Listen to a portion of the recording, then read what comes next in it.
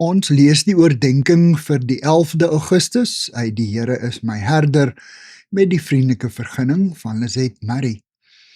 Ons teksvers kom uit Johannes 1 vers 29. Daar is die lam van God wat die sonde van die wêreld wegneem. Meer as 2000 jaar gelede is die simboliek van daardie eerste paasmaaltyd nog net so geldig. Meer nog, want dit het 'n nuwe dimensie bygekry. Vandag weet ons dat die lam sonder gebrek heenwys na Christus, die volmaakte offerlam.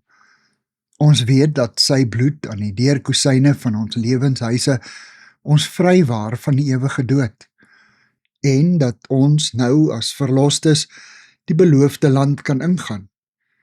Paasfees is ons bevrydingsfees oor sonde. Dis die oorwinningsfees oor die dood.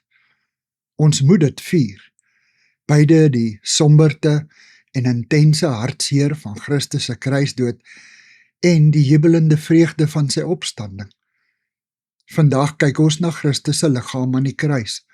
Ons weet, sy bloed het ons silwer skoon gewas. Ons is nuut. Ons kan wegtrek uit die land waar ons slawe van die sonde was. Christus het self die sondelas van ons skouers gelig.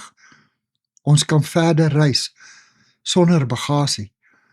Maar, soos die Israeliete, vergeet ons so maklik. Daarom het Christus die aand voor sy dood die nagmaal ingestel. 'n Herinneringsmaaltyd, waarin hy brood gebreek en wyn geskink het, sodat ons nooit sal vergeet, dat hy die volmaakte paaslam is nie.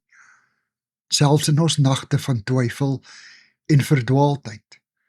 Die herder van wie Dawid in Psalm 23 skryf, is ook ons offerlam.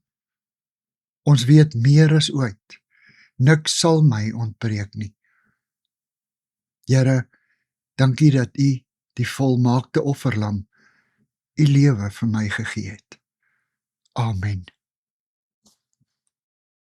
Dankie vir die saamkuier. Ek deel Lizet se kontakbesonderhede in die inligtingsparagraaf van die kanaal. Daar is ook skakels na voorlesings van Lizet se ander publikasies wat hier beskikbaar is.